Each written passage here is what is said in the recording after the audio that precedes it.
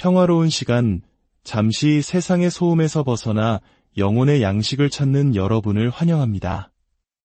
오늘 우리는 20세기라는 칠흑 같던 어둠 속에서 한 줄기 빛처럼 타올랐던 한 영혼의 이야기를 나누고자 합니다.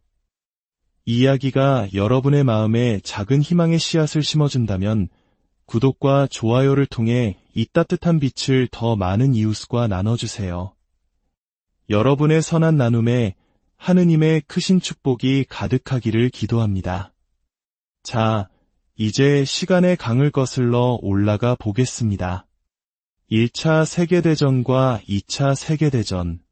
인류 역사상 가장 끔찍했던 두 전쟁이 휩쓸고 간 20세기는 절망과 불신, 그리고 신의 부재를 외치는 목소리가 가득했던 시대였습니다. 마치 하느님께서 세상을 버리신 것처럼 느껴지던 그 암흑의 시간, 바로 그 한복판인 이탈리아에 한 명의 거대한 영적 거인이 서 있었습니다. 그의 이름은 파드레 비오. 오늘 우리의 이야기의 주인공입니다. 세상이 피와 폭력, 갈등으로 물들고 사람들이 점점 더 하느님에게서 멀어져 갈 때, 역설적이게도 하느님께서는 이 한 사람, 비오 신부님의 삶을 통해 세상을 향한 놀라운 은총을 폭포수처럼 쏟아부어 주셨습니다. 그의 삶에 나타난 수많은 기적과 신비로운 현상들은 결코 우연이 아니었습니다. 그것은 절망의 시대에 던져진 하느님의 강력한 메시지였습니다. 나는 여전히 너희와 함께 있다는. 비오 신부님을 이야기할 때 우리는 기적이라는 단어를 빼놓을 수 없습니다. 실제로 역사상 그 어떤 성인을 떠올려봐도 비오 신부님만큼 수많은 기적과 직접적으로 연결된 분은 찾기 힘듭니다. 어떤 이는 그의 삶을 신비로운 현상의 서커스라고 표현하기도 했습니다. 한 인간이 가질 수 있는 거의 모든 영적인 은사, 예를 들어 병자들의 치유, 미래를 꿰뚫어보는 예언, 영혼을 읽는 통찰력, 그리고 동시에 두 장소에 나타나는 동시존재의 신비까지 그는 이 모든 것을 놀라울 정도로 그리고 아주 오랜 기간 동안 지니고 있었습니다. 그는 오직 하느님의 주권과 능력, 그리고 사랑을 보여주는 완벽한 도구였습니다. 하지만 이런 상식을 뛰어넘는 신비로운 삶의 이면에는 너무나도 인간적인 모습이 있었습니다. 그의 본명은 프란체스코 포르지오네. 그는 이탈리아 남부의 작은 농촌 마을 피에트렐치나에서 태어난 아주 소박한 시골 사람이었습니다. 그는 평생 이 소박한 뿌리를 잃지 않았습니다. 그는 위대한 유머 감각을 지닌 아주 상식적인 신비가였습니다. 동료 수사들의 증언에 따르면 비오 신부님은 한 농부의 기차 여행 이야기를 들려주며 주변 사람들을 웃기는 것을 무척 좋아했다고 합니다. 태어나서 기차를 한 번도 타본 적 없는 순박한 농부가 큰맘 먹고 기차표를 사러 갑니다. 매표소 직원이 어디까지 가시나요? 라고 묻자 농부는 아니, 왜 그렇게 남의 일에 관심이 많소? 라며 역정을 냅니다. 직원이 왕복으로 끊어드릴까요? 라고 묻자 농부는 왕복이라는 단어조차 이해하지 못해 한참 동안 설명을 들어야 했습니다. 우여곡절 끝에 기차에 오른 농부는 우연히 한 주교님 맞은편에 앉게 되었습니다. 기차가 길고 어두운 터널로 들어서자 사방이 칠흑같이 어두워졌습니다. 이때 주교님이 농부에게 농담을 건넸습니다. 이보게, 우리가 지금 지옥으로 가고 있나 보군. 그러자 농부는 의기양양하게 외쳤습니다. 주교님, 걱정 마십시오. 저는 왕복표를 끊었으니 괜찮습니다. 비오 신부님은 이야기를 하며 박장대소했다고 합니다. 이처럼 유머를 사랑하고 소박했던 그였지만 그는 죄의 문제를 누구보다 심각하게 여겼고 평생을 금식과 희생으로 채우는 고행의 삶을 살았습니다. 그는 아주 젊은 시절부터 특히 사제품을 받은 직후부터 자기 자신을 하느님께 온전히 바치기를 열망했습니다. 그는 자신의 영적 지도 신부에게 보낸 편지에서 그리스도를 위한 희생제물이 되고 싶다는 소망을 여러 번 밝혔습니다. 그리고 그리스도께서는 그의 이 제안을 기쁘게 받아주셨습니다. 물론 그 열망을 불어넣어 주신 분도 그리스도 자신이셨지만 주님께서는 그에게 평생에 걸쳐 성바오로 사도의 말씀처럼 그리스도의 남은 고난을 자기 몸으로 채우는 은총을 허락하셨습니다. 바로 이 지점에서 우리는 비오 신부님 이야기의 심장부로 들어가게 됩니다. 바로 고통의 신비입니다. 희생 제물이 되고자 했던 그의 열망과 그가 겪어야 했던 수많은 고통들. 우리는 고통을 두려워하고 피하려고만 합니다. 하지만 비오 신부님은 그리스도에 대한 믿음 안에서 그 고통을 담대하게 껴안았고 그것을 온전히 봉헌했습니다. 바로 그 순간 그의 삶은 세상을 향한 놀라운 은총의 통로가 되었습니다. 굳어버린 마음을 가진 이들이 그의 앞에서 무너져 내려 회개하고 불치병 환자들이 치유되는 기적들이 그의 고통을 통해 흘러나왔습니다. 그의 삶은 우리에게 보여줍니다. 올바르게 봉헌된 고통 안에는 세상을 변화시키는 강력한 힘이 숨겨져 있다는 사실을 말입니다. 그의 고통은 때로 상상을 초월하는 형태로 나타났습니다. 청년 시절 그는 원인 모를 극심한 고열에 시달렸는데 그 열이 너무 높아 체온계가 터져버릴 정도였습니다. 기록에 따르면 그의 체온이 섭씨 60도까지 올라간 적도 있다고 합니다. 의학적으로는 도저히 설명할 수 없는 현상이었습니다. 사람들은 그가 곧 죽을 것이라 생각했고 수도원에서는 그를 고향집으로 보내 부모님 곁에서 임종을 맞이하게 했습니다. 하지만 그것은 죽음의 신호가 아니었습니다. 그것은 지상에서 겪는 연옥의 불, 그의 영혼을 순수하게 정화하는 하느님의 불이었습니다. 그리고 1918년 1차 세계대전이 끝난 바로 그해 그의 삶을 영원히 바꿔놓을 사건이 일어납니다. 바로 오상, 즉 예수님께서 십자가에서 입으신 5 상처가 그의 몸에 나타난 것입니다. 물론 그 이전에도 오상을 받은 성인이 있었습니다. 바로 아시시의 성 프란치스코입니다. 하지만 중요한 차이점이 있습니다. 프란치스코 성인이 오상을 받은 것은 그의 삶의 마지막, 그의 성덕이 완성되는 절정의 순간이었습니다. 그것은 마치 그의 거룩한 삶에 대한 하느님의 마지막 인증과도 같았습니다. 하지만 비오 신부님은 달랐습니다. 그는 이제 막 사제로서의 삶을 본격적으로 시작하려던 젊은 나이에 그의 인생의 한가운데서 이 오상을 받았습니다. 그리고 그는 무려 50년 동안 죽는 날까지 이 십자가의 상처를 몸에 지닌 채 살아가야 했습니다. 그의 손과 발, 그리고 옆구리의 난 상처는 못자국 크기로 깊게 파여 있었고 끊임없이 피를 흘렸지만 결코 썩거나 감염되지 않았습니다. 수많은 의사들이 이 현상을 과학적으로 설명하려 했지만 모두 실패했습니다. 그는 말 그대로 세상을 향한 살아있는 구경거리가 되었습니다. 수많은 사람들이 기적의 성인을 보기 위해 그의 수도원으로 몰려들었습니다. 어느 날 발코니에 서서 자신을 보려고 모인 거대한 군중을 바라보던 비오 신부님은 옆에 있던 동료 수사에게 물었습니다. 저 사람들이 다 왜 저기에 모여 있는 겁니까? 동료 수사가 신부님, 당연히 신부님을 보러 온 것 아닙니까? 라고 대답하자 그는 두 손으로 얼굴을 감싸진 채 사람들이 내 진짜 모습을 안다면 이라고 탄식하며 안으로 들어가 버렸다고 합니다. 그는 자신에게 일어나는 신비로운 현상들조차 스스로에게 미스터리라고 말했습니다. 하느님께서는 당신의 성인들이 교만해지지 않도록 그들의 위대함을 그들 자신에게서 감추시는 법입니다. 그의 명성은 2차 세계대전 중에 더욱 커졌습니다.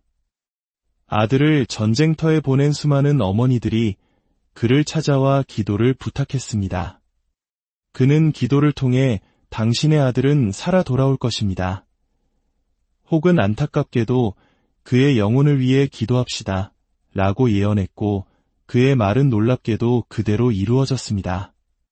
그는 사람들의 영혼을 꿰뚫어 보았기에 고해성사를 하러 온 사람들에게 그들이 숨기고 있던 죄를 정확히 지적하며 회개를 촉구했습니다. 그는 진실 앞에서는 그 어떤 타협도 없었습니다. 그의 직설적인 정직함 때문에 어떤 이들은 그를 불편해했지만 진정한 회개를 갈망하는 영혼들에게 그는 하느님의 자비를 전하는 통로였습니다. 위대한 성인의 이야기는 한 사람의 인생을 송두리째 바꿔놓기도 했습니다. 한 교수는 자신이 어떻게 가톨릭 신자가 되었는지 이렇게 고백했습니다. 저는 퀘이커 교도로 자랐습니다. 저희 집안에서는 성 프란치스코가 유일하게 받아들여지는 성인이었죠. 그러다 아버지가 가톨릭으로 개종하셨지만 자녀들에게 신앙을 강요하지는 않으셨습니다. 다만 책꽂이에 가톨릭 서적들을 꽂아두셨을 뿐입니다. 어느 날 저는 그 책들 중 2권을 꺼내 들었습니다. 먼저 신약 성경을 깊이 읽으며 예수님과 사랑에 빠졌습니다. 그리고 성 프란치스코의 전기를 읽고 십자가에 못 박힌 2번째 남자를 만나 그와 사랑에 빠졌습니다.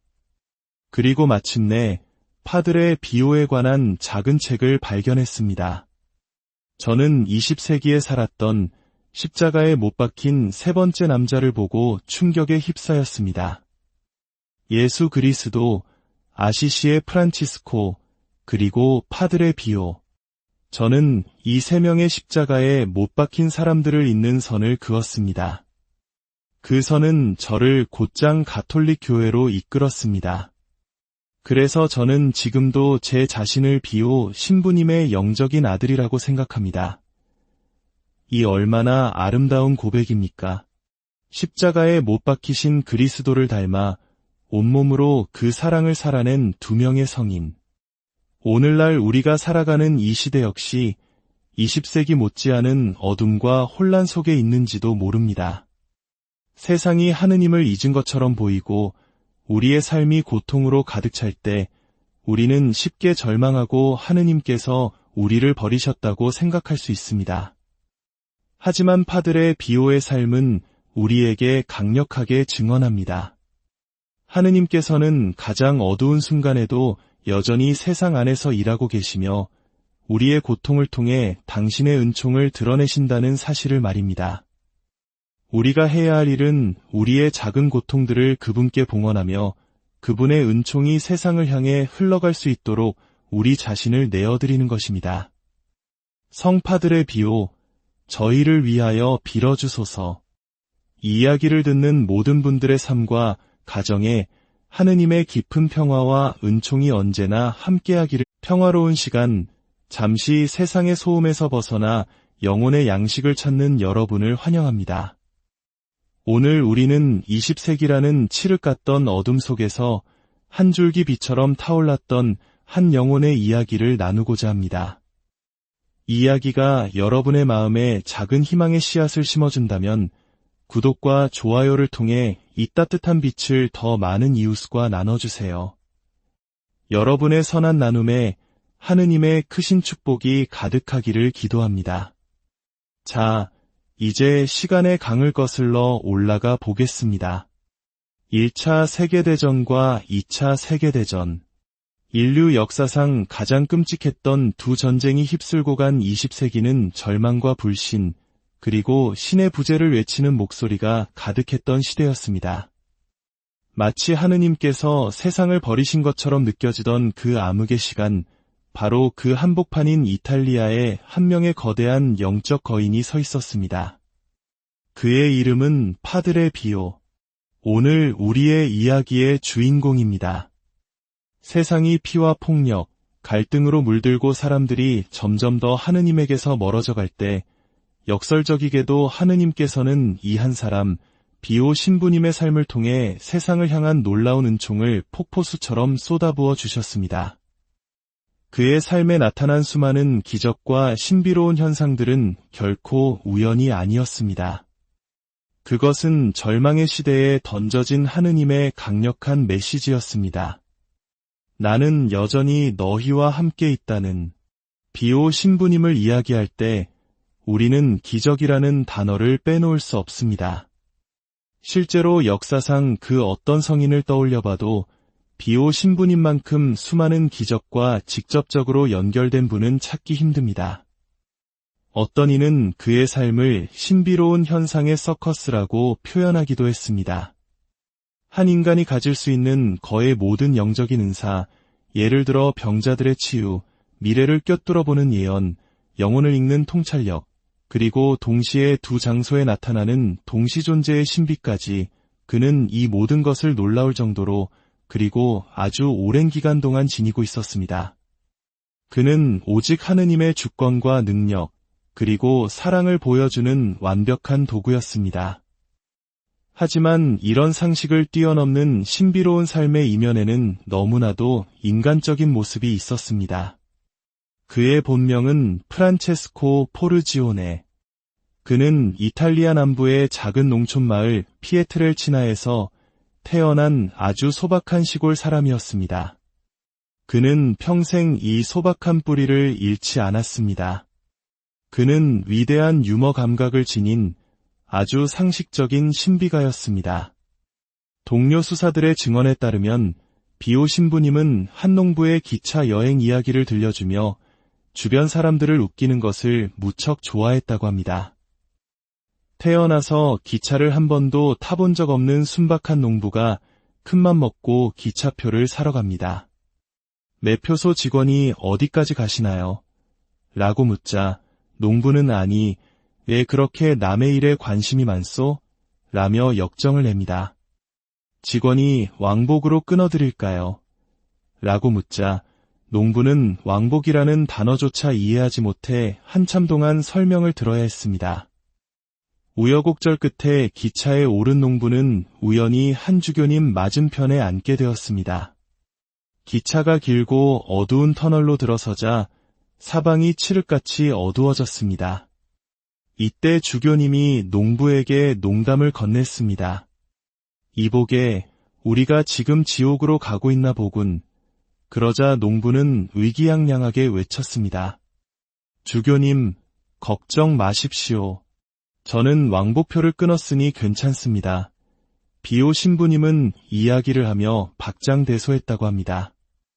이처럼 유머를 사랑하고 소박했던 그였지만 그는 죄의 문제를 누구보다 심각하게 여겼고 평생을 금식과 희생으로 채우는 고행의 삶을 살았습니다. 그는 아주 젊은 시절부터 특히 사제품을 받은 직후부터 자기 자신을 하느님께 온전히 바치기를 열망했습니다. 그는 자신의 영적 지도 신부에게 보낸 편지에서 그리스도를 위한 희생 제물이 되고 싶다는 소망을 여러 번 밝혔습니다. 그리고 그리스도께서는 그의 이 제안을 기쁘게 받아주셨습니다.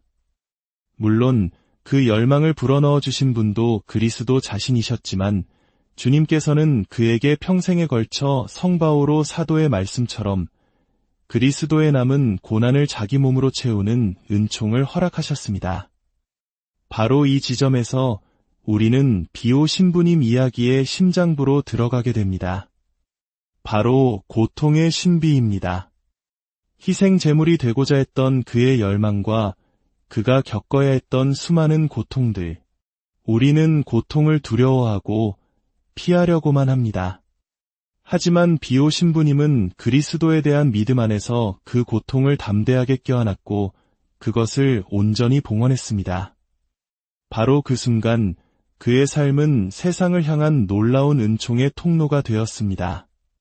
굳어버린 마음을 가진 이들이 그의 앞에서 무너져 내려 회개하고 불치병 환자들이 치유되는 기적들이 그의 고통을 통해 흘러나왔습니다.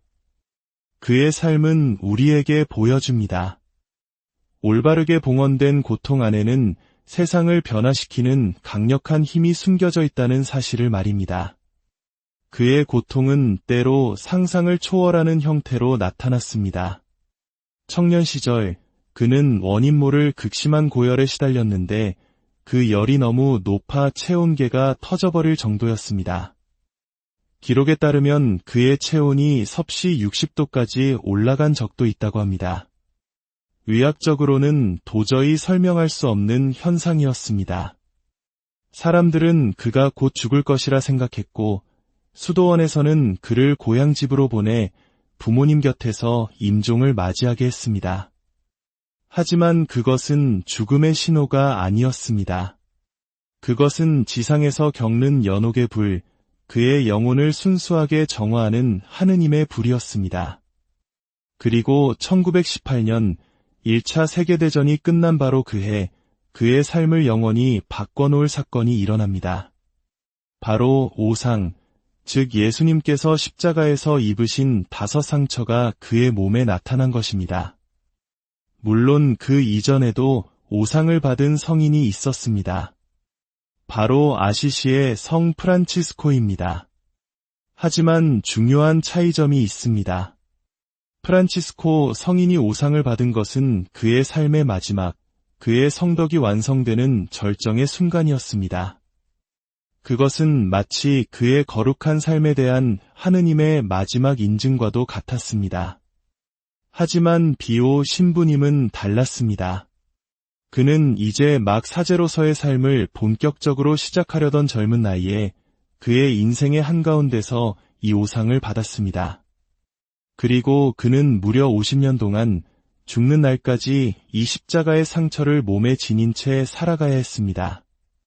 그의 손과 발, 그리고 옆구리에 난 상처는 못자국 크기로 깊게 파여 있었고 끊임없이 피를 흘렸지만 결코 썩거나 감염되지 않았습니다. 수많은 의사들이 이 현상을 과학적으로 설명하려 했지만 모두 실패했습니다. 그는 말 그대로 세상을 향한 살아있는 구경거리가 되었습니다. 수많은 사람들이 기적의 성인을 보기 위해 그의 수도원으로 몰려들었습니다. 어느 날 발코니에 서서 자신을 보려고 모인 거대한 군중을 바라보던 비오 신부님은 옆에 있던 동료 수사에게 물었습니다. 저 사람들이 다 왜 저기에 모여 있는 겁니까? 동료 수사가 신부님, 당연히 신부님을 보러 온 것 아닙니까? 라고 대답하자 그는 두 손으로 얼굴을 감싸진 채 사람들이 내 진짜 모습을 안다면 이라고 탄식하며 안으로 들어가 버렸다고 합니다. 그는 자신에게 일어나는 신비로운 현상들조차 스스로에게 미스터리라고 말했습니다. 하느님께서는 당신의 성인들이 교만해지지 않도록 그들의 위대함을 그들 자신에게서 감추시는 법입니다. 그의 명성은 2차 세계대전 중에 더욱 커졌습니다. 아들을 전쟁터에 보낸 수많은 어머니들이 그를 찾아와 기도를 부탁했습니다. 그는 기도를 통해 당신의 아들은 살아 돌아올 것입니다. 혹은 안타깝게도 그의 영혼을 위해 기도합시다. 라고 예언했고 그의 말은 놀랍게도 그대로 이루어졌습니다. 그는 사람들의 영혼을 꿰뚫어 보았기에 고해성사를 하러 온 사람들에게 그들이 숨기고 있던 죄를 정확히 지적하며 회개를 촉구했습니다. 그는 진실 앞에서는 그 어떤 타협도 없었습니다. 그의 직설적인 정직함 때문에 어떤 이들은 그를 불편해했지만 진정한 회개를 갈망하는 영혼들에게 그는 하느님의 자비를 전하는 통로였습니다. 위대한 성인의 이야기는 한 사람의 인생을 송두리째 바꿔놓기도 했습니다. 한 교수는 자신이 어떻게 가톨릭 신자가 되었는지 이렇게 고백했습니다. 저는 퀘이커 교도로 자랐습니다. 저희 집안에서는 성 프란치스코가 유일하게 받아들여지는 성인이었죠. 그러다 아버지가 가톨릭으로 개종하셨지만 자녀들에게 신앙을 강요하지는 않으셨습니다. 다만 책꽂이에 가톨릭 서적들을 꽂아두셨을 뿐입니다. 어느 날 저는 그 책들 중 2권을 꺼내 들었습니다. 먼저 신약 성경을 깊이 읽으며 예수님과 사랑에 빠졌습니다. 그리고 성 프란치스코의 전기를 읽고 십자가에 못 박힌 2번째 남자를 만나 그와 사랑에 빠졌습니다. 그리고 마침내 파드레 비오에 관한 작은 책을 발견했습니다. 저는 20세기에 살았던 십자가에 못 박힌 3번째 남자를 보고 충격에 휩싸였습니다. 예수 그리스도, 아시시의 프란치스코, 그리고 파들의 비호. 저는 이 세 명의 십자가에 못 박힌 사람들을 잇는 선을 그었습니다. 그 선은 저를 곧장 가톨릭 교회로 이끌었습니다. 그래서 저는 지금도 제 자신을 비호 신부님의 영적인 아들이라고 생각합니다. 이 얼마나 아름다운 고백입니까? 십자가에 못 박히신 그리스도를 닮아 온몸으로 그 사랑을 살아낸 두 명의 성인. 오늘날 우리가 살아가는 이 시대 역시 20세기 못지않은 어둠과 혼란 속에 있는지도 모릅니다. 세상이 하느님을 잊은 것처럼 보이고 우리의 삶이 고통으로 가득 찰 때 우리는 쉽게 절망하고 하느님께서 우리를 버리셨다고 생각할 수 있습니다. 하지만 파들의 비호의 삶은 우리에게 강력하게 증언합니다. 하느님께서는 가장 어두운 순간에도 여전히 세상 안에서 일하고 계시며 우리의 고통을 통해 당신의 은총을 드러내신다는 사실을 말입니다. 우리가 해야 할 일은 우리의 작은 고통들을 그분께 봉헌하며 그분의 은총이 세상을 향해 흘러갈 수 있도록 우리 자신을 내어드리는 것입니다. 성파들의 비호, 저희를 위하여 빌어주소서. 이 이야기를 듣는 모든 분들의 삶과 가정에 하느님의 깊은 평화와 은총이 언제나 함께하기를. 평화로운 시간, 잠시 세상의 소음에서 벗어나 영혼의 양식을 찾는 여러분을 환영합니다. 오늘 우리는 20세기라는 칠흑 같던 어둠 속에서 한 줄기 빛처럼 타올랐던 한 영혼의 이야기를 나누고자 합니다. 이 이야기가 여러분의 마음에 작은 희망의 씨앗을 심어준다면 구독과 좋아요를 통해 이 따뜻한 빛을 더 많은 이웃과 나눠주세요. 여러분의 선한 나눔에 하느님의 크신 축복이 가득하기를 기도합니다. 자, 이제 시간의 강을 거슬러 올라가 보겠습니다. 1차 세계대전과 2차 세계대전. 인류 역사상 가장 끔찍했던 두 전쟁이 휩쓸고 간 20세기는 절망과 불신, 그리고 신의 부재를 외치는 목소리가 가득했던 시대였습니다. 마치 하느님께서 세상을 버리신 것처럼 느껴지던 그 암흑의 시간, 바로 그 한복판인 이탈리아에 한 명의 거대한 영적 거인이 서 있었습니다. 그의 이름은 파드레 비오. 오늘 우리의 이야기의 주인공입니다. 세상이 피와 폭력, 갈등으로 물들고 사람들이 점점 더 하느님에게서 멀어져 갈 때 역설적이게도 하느님께서는 이 한 사람, 비오 신부님의 삶을 통해 세상을 향한 놀라운 은총을 폭포수처럼 쏟아부어 주셨습니다. 그의 삶에 나타난 수많은 기적과 신비로운 현상들은 결코 우연이 아니었습니다. 그것은 절망의 시대에 던져진 하느님의 강력한 메시지였습니다. 나는 여전히 너희와 함께 있다는. 비오 신부님을 이야기할 때 우리는 기적이라는 단어를 빼놓을 수 없습니다. 실제로 역사상 그 어떤 성인을 떠올려봐도 비오 신부님만큼 수많은 기적과 직접적으로 연결된 분은 찾기 힘듭니다. 어떤 이는 그의 삶을 신비로운 현상의 서커스라고 표현하기도 했습니다. 한 인간이 가질 수 있는 거의 모든 영적인 은사, 예를 들어 병자들의 치유, 미래를 꿰뚫어보는 예언, 영혼을 읽는 통찰력, 그리고 동시에 두 장소에 나타나는 동시존재의 신비까지 그는 이 모든 것을 놀라울 정도로 그리고 아주 오랜 기간 동안 지니고 있었습니다. 그는 오직 하느님의 주권과 능력, 그리고 사랑을 보여주는 완벽한 도구였습니다. 하지만 이런 상식을 뛰어넘는 신비로운 삶의 이면에는 너무나도 인간적인 모습이 있었습니다. 그의 본명은 프란체스코 포르지오네. 그는 이탈리아 남부의 작은 농촌 마을 피에트렐치나에서 태어난 아주 소박한 시골 사람이었습니다. 그는 평생 이 소박한 뿌리를 잃지 않았습니다. 그는 위대한 유머 감각을 지닌 아주 상식적인 신비가였습니다. 동료 수사들의 증언에 따르면 비오 신부님은 한 농부의 기차 여행 이야기를 들려주며 주변 사람들을 웃기는 것을 무척 좋아했다고 합니다.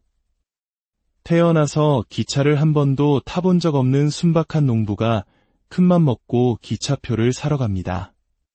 매표소 직원이 어디까지 가시나요? 라고 묻자 농부는 아니, 왜 그렇게 남의 일에 관심이 많소? 라며 역정을 냅니다. 직원이 왕복으로 끊어드릴까요? 라고 묻자 농부는 왕복이라는 단어조차 이해하지 못해 한참 동안 설명을 들어야 했습니다. 우여곡절 끝에 기차에 오른 농부는 우연히 한 주교님 맞은편에 앉게 되었습니다. 기차가 길고 어두운 터널로 들어서자 사방이 칠흑같이 어두워졌습니다. 이때 주교님이 농부에게 농담을 건넸습니다.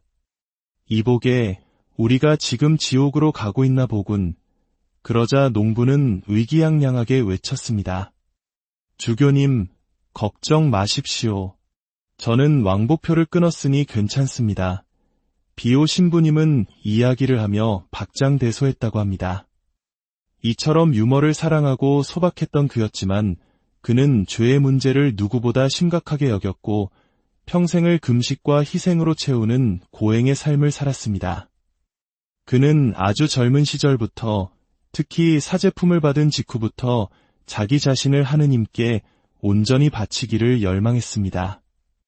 그는 자신의 영적 지도 신부에게 보낸 편지에서 그리스도를 위한 희생 제물이 되고 싶다는 소망을 여러 번 밝혔습니다. 그리고 그리스도께서는 그의 이 제안을 기쁘게 받아주셨습니다. 물론 그 열망을 불어넣어 주신 분도 그리스도 자신이셨지만 주님께서는 그에게 평생에 걸쳐 성바오로 사도의 말씀처럼 그리스도에 남은 고난을 자기 몸으로 채우는 은총을 허락하셨습니다. 바로 이 지점에서 우리는 비오 신부님 이야기의 심장부로 들어가게 됩니다. 바로 고통의 신비입니다. 희생 제물이 되고자 했던 그의 열망과 그가 겪어야 했던 수많은 고통들. 우리는 고통을 두려워하고 피하려고만 합니다.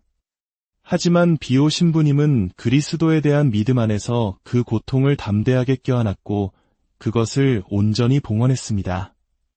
바로 그 순간 그의 삶은 세상을 향한 놀라운 은총의 통로가 되었습니다.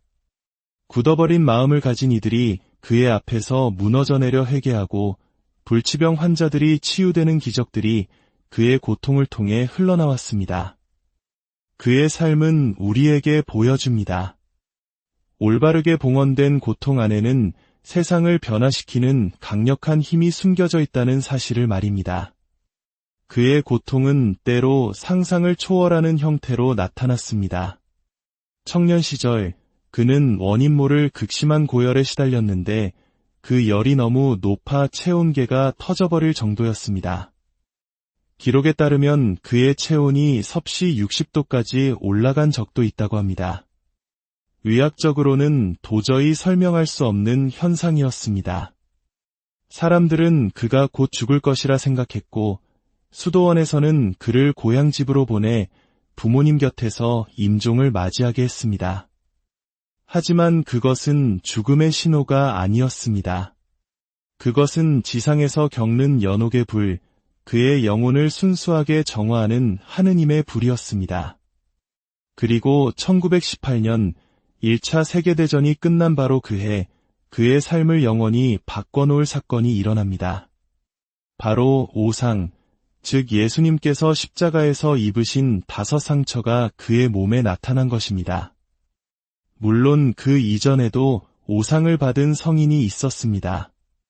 바로 아시시의 성 프란치스코입니다. 하지만 중요한 차이점이 있습니다. 프란치스코 성인이 오상을 받은 것은 그의 삶의 마지막, 그의 성덕이 완성되는 절정의 순간이었습니다.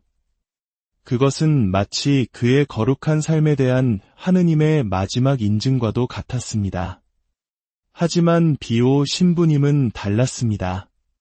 그는 이제 막 사제로서의 삶을 본격적으로 시작하려던 젊은 나이에 그의 인생의 한가운데서 이 오상을 받았습니다. 그리고 그는 무려 50년 동안 죽는 날까지 이 십자가의 상처를 몸에 지닌 채 살아가야 했습니다. 그의 손과 발, 그리고 옆구리의 난 상처는 못자국 크기로 깊게 파여 있었고 끊임없이 피를 흘렸지만 결코 썩거나 감염되지 않았습니다. 수많은 의사들이 이 현상을 과학적으로 설명하려 했지만 모두 실패했습니다. 그는 말 그대로 세상을 향한 살아있는 구경거리가 되었습니다. 수많은 사람들이 기적의 성인을 보기 위해 그의 수도원으로 몰려들었습니다. 어느 날 발코니에 서서 자신을 보려고 모인 거대한 군중을 바라보던 비오 신부님은 옆에 있던 동료 수사에게 물었습니다. 저 사람들이 다 왜 저기에 모여 있는 겁니까? 동료 수사가 신부님, 당연히 신부님을 보러 온 것 아닙니까? 라고 대답하자 그는 두 손으로 얼굴을 감싸진 채 사람들이 내 진짜 모습을 안다면 이라고 탄식하며 안으로 들어가 버렸다고 합니다. 그는 자신에게 일어나는 신비로운 현상들조차 스스로에게 미스터리라고 말했습니다. 하느님께서는 당신의 성인들이 교만해지지 않도록 그들의 위대함을 그들 자신에게서 감추시는 법입니다. 그의 명성은 2차 세계대전 중에 더욱 커졌습니다. 아들을 전쟁터에 보낸 수많은 어머니들이 그를 찾아와 기도를 부탁했습니다. 그는 기도를 통해 당신의 아들은 살아 돌아올 것입니다. 혹은 안타깝게도 그의 영혼을 위해 기도합시다. 라고 예언했고 그의 말은 놀랍게도 그대로 이루어졌습니다.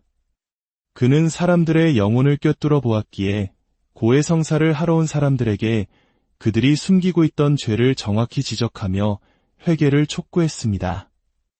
그는 진실 앞에서는 그 어떤 타협도 없었습니다. 그의 직설적인 정직함 때문에 어떤 이들은 그를 불편해했지만 진정한 회개를 갈망하는 영혼들에게 그는 하느님의 자비를 전하는 통로였습니다. 위대한 성인의 이야기는 한 사람의 인생을 송두리째 바꿔놓기도 했습니다. 한 교수는 자신이 어떻게 가톨릭 신자가 되었는지 이렇게 고백했습니다. 저는 퀘이커 교도로 자랐습니다. 저희 집안에서는 성 프란치스코가 유일하게 받아들여지는 성인이었죠. 그러다 아버지가 가톨릭으로 개종하셨지만 자녀들에게 신앙을 강요하지는 않으셨습니다. 다만 책꽂이에 가톨릭 서적들을 꽂아두셨을 뿐입니다. 어느 날 저는 그 책들 중 2권을 꺼내 들었습니다. 먼저 신약 성경을 깊이 읽으며 예수님과 사랑에 빠졌습니다. 그리고 성 프란치스코의 전기를 읽고 십자가에 못 박힌 2번째 남자를 만나 그와 사랑에 빠졌습니다.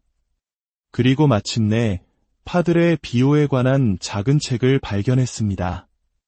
저는 20세기에 살았던 십자가에 못 박힌 3번째 남자를 보고 충격에 휩싸였습니다.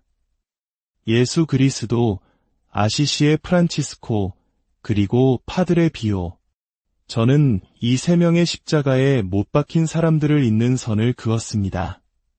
그 선은 저를 곧장 가톨릭 교회로 이끌었습니다. 그래서 저는 지금도 제 자신을 비오 신부님의 영적인 아들이라고 생각합니다. 이 얼마나 아름다운 고백입니까?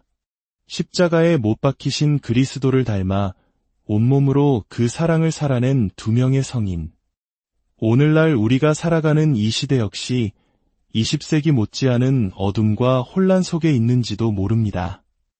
세상이 하느님을 잊은 것처럼 보이고 우리의 삶이 고통으로 가득 찰 때 우리는 쉽게 절망하고 하느님께서 우리를 버리셨다고 생각할 수 있습니다. 하지만 파드레 비오의 삶은 우리에게 강력하게 증언합니다. 하느님께서는 가장 어두운 순간에도 여전히 세상 안에서 일하고 계시며 우리의 고통을 통해 당신의 은총을 드러내신다는 사실을 말입니다. 우리가 해야 할 일은 우리의 작은 고통들을 그분께 봉헌하며 그분의 은총이 세상을 향해 흘러갈 수 있도록 우리 자신을 내어드리는 것입니다. 성 파드레 비오, 저희를 위하여 빌어주소서. 이 이야기를 듣는 모든 분들의 삶과 가정에 하느님의 깊은 평화와 은총이 언제나 함께하기를. 평화로운 시간, 잠시 세상의 소음에서 벗어나 영혼의 양식을 찾는 여러분을 환영합니다. 오늘 우리는 20세기라는 칠흑 같던 어둠 속에서 한 줄기 빛처럼 타올랐던 한 영혼의 이야기를 나누고자 합니다. 이 이야기가 여러분의 마음에 작은 희망의 씨앗을 심어준다면 구독과 좋아요를 통해 이 따뜻한 빛을 더 많은 이웃과 나눠주세요. 여러분의 선한 나눔에 하느님의 크신 축복이 가득하기를 기도합니다. 자, 이제 시간의 강을 거슬러 올라가 보겠습니다. 1차 세계대전과 2차 세계대전. 인류 역사상 가장 끔찍했던 두 전쟁이 휩쓸고 간 20세기는 절망과 불신, 그리고 신의 부재를 외치는 목소리가 가득했던 시대였습니다. 마치 하느님께서 세상을 버리신 것처럼 느껴지던 그 암흑의 시간, 바로 그 한복판인 이탈리아에 한 명의 거대한 영적 거인이 서 있었습니다. 그의 이름은 파드레 비오. 오늘 우리의 이야기의 주인공입니다. 세상이 피와 폭력, 갈등으로 물들고 사람들이 점점 더 하느님에게서 멀어져 갈 때, 역설적이게도 하느님께서는 이 한 사람, 비오 신부님의 삶을 통해 세상을 향한 놀라운 은총을 폭포수처럼 쏟아부어 주셨습니다. 그의 삶에 나타난 수많은 기적과 신비로운 현상들은 결코 우연이 아니었습니다. 그것은 절망의 시대에 던져진 하느님의 강력한 메시지였습니다. 나는 여전히 너희와 함께 있다는 비오 신부님을 이야기할 때 우리는 기적이라는 단어를 빼놓을 수 없습니다. 실제로 역사상 그 어떤 성인을 떠올려봐도 비오 신부님만큼 수많은 기적과 직접적으로 연결된 분은 찾기 힘듭니다. 어떤 이는 그의 삶을 신비로운 현상의 서커스라고 표현하기도 했습니다. 한 인간이 가질 수 있는 거의 모든 영적인 은사, 예를 들어 병자들의 치유, 미래를 꿰뚫어보는 예언, 영혼을 읽는 통찰력, 그리고 동시에 두 장소에 나타나는 동시존재의 신비까지 그는 이 모든 것을 놀라울 정도로 그리고 아주 오랜 기간 동안 지니고 있었습니다. 그는 오직 하느님의 주권과 능력, 그리고 사랑을 보여주는 완벽한 도구였습니다. 하지만 이런 상식을 뛰어넘는 신비로운 삶의 이면에는 너무나도 인간적인 모습이 있었습니다. 그의 본명은 프란체스코 포르지오네. 그는 이탈리아 남부의 작은 농촌 마을 피에트렐치나에서 태어난 아주 소박한 시골 사람이었습니다. 그는 평생 이 소박한 뿌리를 잃지 않았습니다. 그는 위대한 유머 감각을 지닌 아주 상식적인 신비가였습니다. 동료 수사들의 증언에 따르면 비오 신부님은 한 농부의 기차 여행 이야기를 들려주며 주변 사람들을 웃기는 것을 무척 좋아했다고 합니다. 태어나서 기차를 한 번도 타본 적 없는 순박한 농부가 큰맘 먹고 기차표를 사러 갑니다. 매표소 직원이 어디까지 가시나요? 라고 묻자 농부는 아니, 왜 그렇게 남의 일에 관심이 많소? 라며 역정을 냅니다. 직원이 왕복으로 끊어드릴까요? 라고 묻자 농부는 왕복이라는 단어조차 이해하지 못해 한참 동안 설명을 들어야 했습니다. 우여곡절 끝에 기차에 오른 농부는 우연히 한 주교님 맞은편에 앉게 되었습니다. 기차가 길고 어두운 터널로 들어서자 사방이 칠흑같이 어두워졌습니다. 이때 주교님이 농부에게 농담을 건넸습니다. 이보게, 우리가 지금 지옥으로 가고 있나 보군. 그러자 농부는 의기양양하게 외쳤습니다. 주교님, 걱정 마십시오. 저는 왕복표를 끊었으니 괜찮습니다. 비오 신부님은 이야기를 하며 박장대소했다고 합니다. 이처럼 유머를 사랑하고 소박했던 그였지만 그는 죄의 문제를 누구보다 심각하게 여겼고 평생을 금식과 희생으로 채우는 고행의 삶을 살았습니다. 그는 아주 젊은 시절부터, 특히 사제품을 받은 직후부터 자기 자신을 하느님께 온전히 바치기를 열망했습니다. 그는 자신의 영적 지도 신부에게 보낸 편지에서 그리스도를 위한 희생 제물이 되고 싶다는 소망을 여러 번 밝혔습니다. 그리고 그리스도께서는 그의 이 제안을 기쁘게 받아주셨습니다. 물론 그 열망을 불어넣어 주신 분도 그리스도 자신이셨지만 주님께서는 그에게 평생에 걸쳐 성바오로 사도의 말씀처럼 그리스도의 남은 고난을 자기 몸으로 채우는 은총을 허락하셨습니다. 바로 이 지점에서 우리는 비오 신부님 이야기의 심장부로 들어가게 됩니다. 바로 고통의 신비입니다. 희생 제물이 되고자 했던 그의 열망과 그가 겪어야 했던 수많은 고통들. 우리는 고통을 두려워하고 피하려고만 합니다.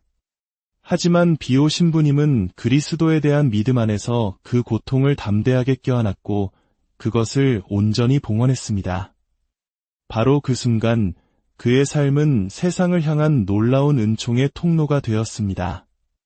굳어버린 마음을 가진 이들이 그의 앞에서 무너져 내려 회개하고 불치병 환자들이 치유되는 기적들이 그의 고통을 통해 흘러나왔습니다. 그의 삶은 우리에게 보여줍니다. 올바르게 봉헌된 고통 안에는 세상을 변화시키는 강력한 힘이 숨겨져 있다는 사실을 말입니다. 그의 고통은 때로 상상을 초월하는 형태로 나타났습니다. 청년 시절 그는 원인 모를 극심한 고열에 시달렸는데 그 열이 너무 높아 체온계가 터져버릴 정도였습니다. 기록에 따르면 그의 체온이 섭씨 60도까지 올라간 적도 있다고 합니다. 의학적으로는 도저히 설명할 수 없는 현상이었습니다. 사람들은 그가 곧 죽을 것이라 생각했고 수도원에서는 그를 고향집으로 보내 부모님 곁에서 임종을 맞이하게 했습니다. 하지만 그것은 죽음의 신호가 아니었습니다. 그것은 지상에서 겪는 연옥의 불, 그의 영혼을 순수하게 정화하는 하느님의 불이었습니다. 그리고 1918년 1차 세계대전이 끝난 바로 그해 그의 삶을 영원히 바꿔놓을 사건이 일어납니다. 바로 오상, 즉 예수님께서 십자가에서 입으신 5 상처가 그의 몸에 나타난 것입니다. 물론 그 이전에도 오상을 받은 성인이 있었습니다. 바로 아시시의 성 프란치스코입니다. 하지만 중요한 차이점이 있습니다. 프란치스코 성인이 오상을 받은 것은 그의 삶의 마지막, 그의 성덕이 완성되는 절정의 순간이었습니다. 그것은 마치 그의 거룩한 삶에 대한 하느님의 마지막 인증과도 같았습니다. 하지만 비오 신부님은 달랐습니다. 그는 이제 막 사제로서의 삶을 본격적으로 시작하려던 젊은 나이에 그의 인생의 한가운데서 이 오상을 받았습니다. 그리고 그는 무려 50년 동안 죽는 날까지 이 십자가의 상처를 몸에 지닌 채 살아가야 했습니다. 그의 손과 발, 그리고 옆구리의 난 상처는 못자국 크기로 깊게 파여 있었고 끊임없이 피를 흘렸지만 결코 썩거나 감염되지 않았습니다. 수많은 의사들이 이 현상을 과학적으로 설명하려 했지만 모두 실패했습니다. 그는 말 그대로 세상을 향한 살아있는 구경거리가 되었습니다. 수많은 사람들이 기적의 성인을 보기 위해 그의 수도원으로 몰려들었습니다. 어느 날 발코니에 서서 자신을 보려고 모인 거대한 군중을 바라보던 비오 신부님은 옆에 있던 동료 수사에게 물었습니다. 저 사람들이 다 왜 저기에 모여 있는 겁니까? 동료 수사가 신부님, 당연히 신부님을 보러 온 것 아닙니까? 라고 대답하자 그는 두 손으로 얼굴을 감싸진 채 사람들이 내 진짜 모습을 안다면 이라고 탄식하며 안으로 들어가 버렸다고 합니다. 그는 자신에게 일어나는 신비로운 현상들조차 스스로에게 미스터리라고 말했습니다. 하느님께서는 당신의 성인들이 교만해지지 않도록 그들의 위대함을 그들 자신에게서 감추시는 법입니다. 그의 명성은 2차 세계대전 중에 더욱 커졌습니다. 아들을 전쟁터에 보낸 수많은 어머니들이 그를 찾아와 기도를 부탁했습니다. 그는 기도를 통해 당신의 아들은 살아 돌아올 것입니다. 혹은 안타깝게도 그의 영혼을 위해 기도합시다. 라고 예언했고 그의 말은 놀랍게도 그대로 이루어졌습니다. 그는 사람들의 영혼을 꿰뚫어 보았기에 고해성사를 하러 온 사람들에게 그들이 숨기고 있던 죄를 정확히 지적하며 회개를 촉구했습니다. 그는 진실 앞에서는 그 어떤 타협도 없었습니다. 그의 직설적인 정직함 때문에 어떤 이들은 그를 불편해했지만 진정한 회개를 갈망하는 영혼들에게 그는 하느님의 자비를 전하는 통로였습니다. 위대한 성인의 이야기는 한 사람의 인생을 송두리째 바꿔놓기도 했습니다. 한 교수는 자신이 어떻게 가톨릭 신자가 되었는지 이렇게 고백했습니다. 저는 퀘이커 교도로 자랐습니다. 저희 집안에서는 성 프란치스코가 유일하게 받아들여지는 성인이었죠. 그러다 아버지가 가톨릭으로 개종하셨지만 자녀들에게 신앙을 강요하지는 않으셨습니다. 다만 책꽂이에 가톨릭 서적들을 꽂아두셨을 뿐입니다. 어느 날 저는 그 책들 중 2권을 꺼내 들었습니다. 먼저 신약 성경을 깊이 읽으며 예수님과 사랑에 빠졌습니다. 그리고 성 프란치스코의 전기를 읽고 십자가에 못 박힌 2번째 남자를 만나 그와 사랑에 빠졌습니다. 그리고 마침내 파드레 비오에 관한 작은 책을 발견했습니다. 저는 20세기에 살았던 십자가에 못 박힌 3번째 남자를 보고 충격에 휩싸였습니다. 예수 그리스도, 아시시의 프란치스코, 그리고 파드레 비오. 저는 이 3명의 십자가에 못 박힌 사람들을 잇는 선을 그었습니다. 그 선은 저를 곧장 가톨릭 교회로 이끌었습니다. 그래서 저는 지금도 제 자신을 비오 신부님의 영적인 아들이라고 생각합니다. 이 얼마나 아름다운 고백입니까? 십자가에 못 박히신 그리스도를 닮아 온몸으로 그 사랑을 살아낸 2명의 성인. 오늘날 우리가 살아가는 이 시대 역시 20세기 못지않은 어둠과 혼란 속에 있는지도 모릅니다. 세상이 하느님을 잊은 것처럼 보이고 우리의 삶이 고통으로 가득 찰 때 우리는 쉽게 절망하고 하느님께서 우리를 버리셨다고 생각할 수 있습니다. 하지만 파드레 비오의 삶은 우리에게 강력하게 증언합니다. 하느님께서는 가장 어두운 순간에도 여전히 세상 안에서 일하고 계시며 우리의 고통을 통해 당신의 은총을 드러내신다는 사실을 말입니다. 우리가 해야 할 일은 우리의 작은 고통들을 그분께 봉헌하며 그분의 은총이 세상을 향해 흘러갈 수 있도록 우리 자신을 내어드리는 것입니다. 성 파드레 비오, 저희를 위하여 빌어주소서.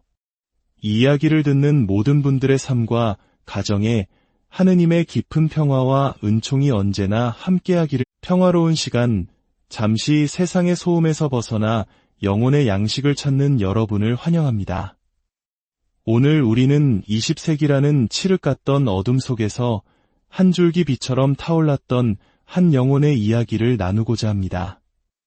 이 이야기가 여러분의 마음에 작은 희망의 씨앗을 심어준다면 구독과 좋아요를 통해 이 따뜻한 빛을 더 많은 이웃과 나눠주세요. 여러분의 선한 나눔에 하느님의 크신 축복이 가득하기를 기도합니다. 자, 이제 시간의 강을 거슬러 올라가 보겠습니다. 1차 세계대전과 2차 세계대전. 인류 역사상 가장 끔찍했던 2 전쟁이 휩쓸고 간 20세기는 절망과 불신, 그리고 신의 부재를 외치는 목소리가 가득했던 시대였습니다. 마치 하느님께서 세상을 버리신 것처럼 느껴지던 그 암흑의 시간, 바로 그 한복판인 이탈리아에 한 명의 거대한 영적 거인이 서 있었습니다. 그의 이름은 파드레 비오. 오늘 우리의 이야기의 주인공입니다.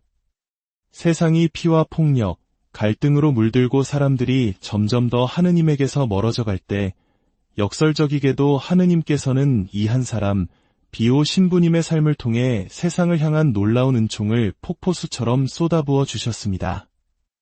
그의 삶에 나타난 수많은 기적과 신비로운 현상들은 결코 우연이 아니었습니다. 그것은 절망의 시대에 던져진 하느님의 강력한 메시지였습니다. 나는 여전히 너희와 함께 있다는. 비오 신부님을 이야기할 때 우리는 기적이라는 단어를 빼놓을 수 없습니다. 실제로 역사상 그 어떤 성인을 떠올려봐도 비오 신부님만큼 수많은 기적과 직접적으로 연결된 분은 찾기 힘듭니다. 어떤 이는 그의 삶을 신비로운 현상의 서커스라고 표현하기도 했습니다. 한 인간이 가질 수 있는 거의 모든 영적인 은사, 예를 들어 병자들의 치유, 미래를 꿰뚫어보는 예언, 영혼을 읽는 통찰력, 그리고 동시에 두 장소에 나타나는 동시존재의 신비까지 그는 이 모든 것을 놀라울 정도로 그리고 아주 오랜 기간 동안 지니고 있었습니다. 그는 오직 하느님의 주권과 능력, 그리고 사랑을 보여주는 완벽한 도구였습니다. 하지만 이런 상식을 뛰어넘는 신비로운 삶의 이면에는 너무나도 인간적인 모습이 있었습니다. 그의 본명은 프란체스코 포르지오네. 그는 이탈리아 남부의 작은 농촌 마을 피에트렐치나에서 태어난 아주 소박한 시골 사람이었습니다. 그는 평생 이 소박한 뿌리를 잃지 않았습니다. 그는 위대한 유머 감각을 지닌 아주 상식적인 신비가였습니다. 동료 수사들의 증언에 따르면 비오 신부님은 한 농부의 기차 여행 이야기를 들려주며 주변 사람들을 웃기는 것을 무척 좋아했다고 합니다. 태어나서 기차를 한 번도 타본 적 없는 순박한 농부가 큰맘 먹고 기차표를 사러 갑니다. 매표소 직원이 어디까지 가시나요? 라고 묻자 농부는 아니, 왜 그렇게 남의 일에 관심이 많소? 라며 역정을 냅니다. 직원이 왕복으로 끊어드릴까요?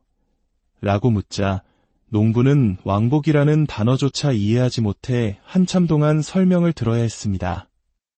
우여곡절 끝에 기차에 오른 농부는 우연히 한 주교님 맞은편에 앉게 되었습니다. 기차가 길고 어두운 터널로 들어서자 사방이 칠흑같이 어두워졌습니다. 이때 주교님이 농부에게 농담을 건넸습니다. 이보게, 우리가 지금 지옥으로 가고 있나 보군. 그러자 농부는 의기양양하게 외쳤습니다. 주교님, 걱정 마십시오. 저는 왕복표를 끊었으니 괜찮습니다. 비오 신부님은 이야기를 하며 박장대소했다고 합니다. 이처럼 유머를 사랑하고 소박했던 그였지만 그는 죄의 문제를 누구보다 심각하게 여겼고 평생을 금식과 희생으로 채우는 고행의 삶을 살았습니다. 그는 아주 젊은 시절부터 특히 사제품을 받은 직후부터 자기 자신을 하느님께 온전히 바치기를 열망했습니다. 그는 자신의 영적 지도 신부에게 보낸 편지에서 그리스도를 위한 희생 제물이 되고 싶다는 소망을 여러 번 밝혔습니다. 그리고 그리스도께서는 그의 이 제안을 기쁘게 받아주셨습니다.